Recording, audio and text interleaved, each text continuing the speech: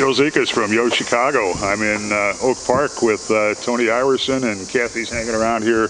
Kathy's right here. Hi, Kathy. Hello. This was a garage? This was a garage, Joe. It actually started out as a barn for the estate next door in the turn of the century, which is now undergoing renovation. And in 1920, the barn was turned into a very small garage for automobiles when they first came into being. That's when the alley went through. And a lot of Oak Park was parceled up into odd little segments, and this was one of them. So it was a small barn on an alley.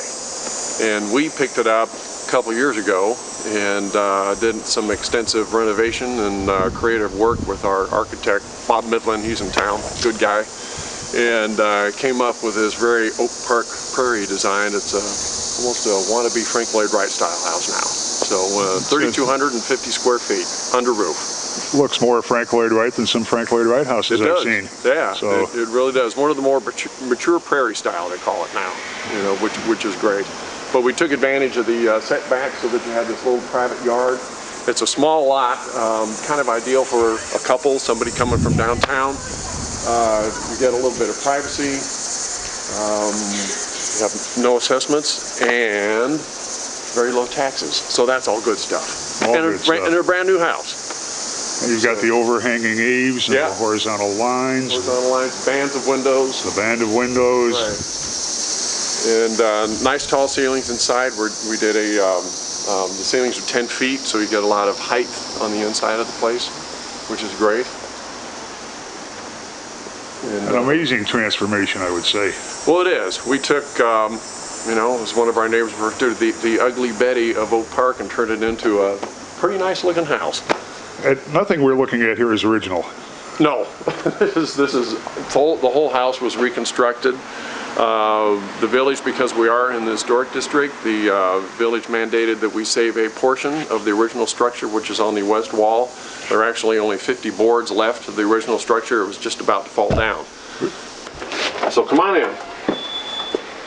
We've got the living room here with big, tall 10-foot ceilings, the prairie banding around the top, and you can see a very Roman brick fireplace, right, referred to it as the hearth of the home. And that's a focal point of this room as well. So as we go through, you notice the bands of windows on all sides of the house. Some are up high for privacy on the west, and they open up to the east to let the light in from that side. Going through here, center staircase goes all the way up top. And then we're going to go into the kitchen. This is Kathy's pride and joy. She's a gourmet cook and laid out the whole kitchen. So, and this is great. Nice high top granites so that you can have lots and lots of working area. Of course, all the latest appliances, stainless steel and whatnot. A gourmet stove over here, Wolf, and all the greatest things that you would ever want as a cook. And a terrific walkout into the little patio. Walk out here. Here's our little patio area. Let's take a peek out here. On all the houses that we've done, kitchen always ends up being the most important room. So that's usually one of the biggest ones we have in the house. It's the kind of island that'll make a caterer happy. Exactly. Caterers would love it. So again, then we'll go over through here, the Butler's Pantry, which connects to the dining room.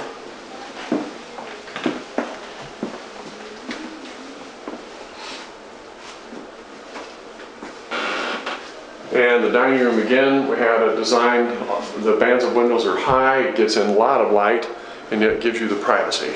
So that's facing west? That's facing west, which is the alley view. Wouldn't look too lovely with full windows all the way down, so we raise them up so it still get the light, and you have a very large but private setting for dinner parties.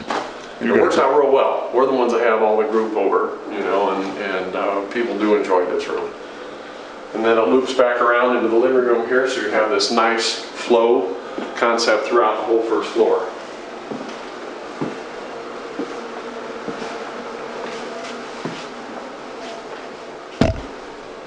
An amazing transformation, Tony. It was, you know, considering this was a barn turned garage, turned not a bad house. So, and it was a little over 800 square feet when we started, and it's now 3,250 square feet. And upstairs we have this big, nice open landing, so we get a lot of light going from the first to the second floor. I mean, first floor up, second floor down. Little office space over here. One of the nice things we did was put the laundry on the second floor, so you don't have to drag things up 2 floors, which is always great. Again, a band of windows overlooking the yard and the gardens. Go into the master here. Nice size room here.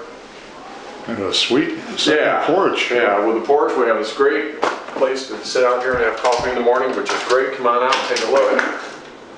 One of the other nice advantages of being where we are in Oak Park. The treetops. Treetops. There we are. And then 4th of July we become Party Central. 4th of July, the Oak Park's fireworks takes place right on the tennis courts on the corner here. So we get a bird's eye view of the fireworks go up over the tops of the trees. And you're sheltered here, so you can sit out here in the rain or the biggest rain. Any kind of weather. Right. So it ends up being a nice private spot. An amazingly quiet spot too. It is, yeah. There's no traffic, and we're only 3 blocks to the train and the L, and 3 more blocks to downtown Oak Park, so you can walk everywhere. Now, this is not your first time through the rehab experience. No, this is our 10th project in Oak Park.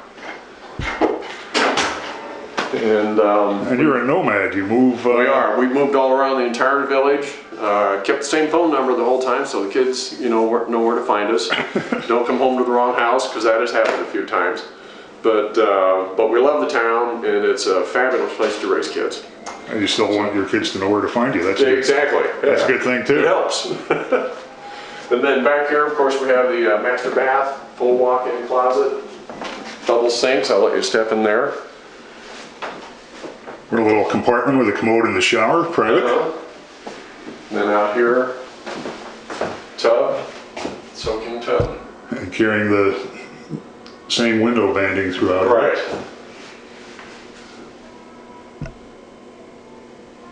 Side-by-side pedestal sinks. Pedestal sinks. Right.